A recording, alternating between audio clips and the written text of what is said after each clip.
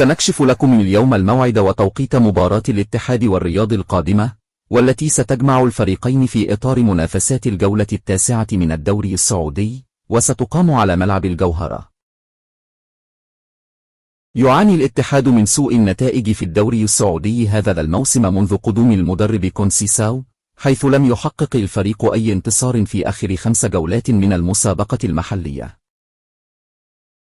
يحتل فريق الاتحاد المركز الثامن من جدول ترتيب الدوري السعودي برصيد 11 نقطة، حققهما بعد خسارته الأخيرة أمام الأهلي، والتي انتهت حينها بهدف نظيف.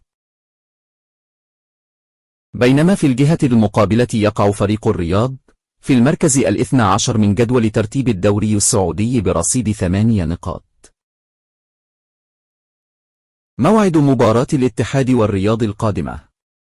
ومن المقرر أن تنطلق مباراة الاتحاد والرياض في الدوري السعودي بعد فترة التوقف الدولي يوم الجمعة الموافق 21 من شهر نوفمبر الحالي، وذلك في تمام 6:15 مساء بتوقيت مكة المكرمة، وفي تمام 5:05 مساء بتوقيت القاهرة، و7:15 مساء بتوقيت أبو ظبي.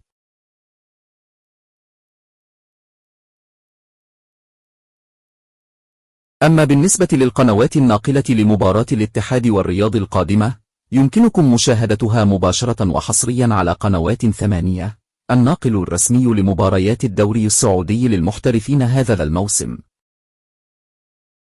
وسيتم تحديد هاوية معلق المباراة في وقت لاحق.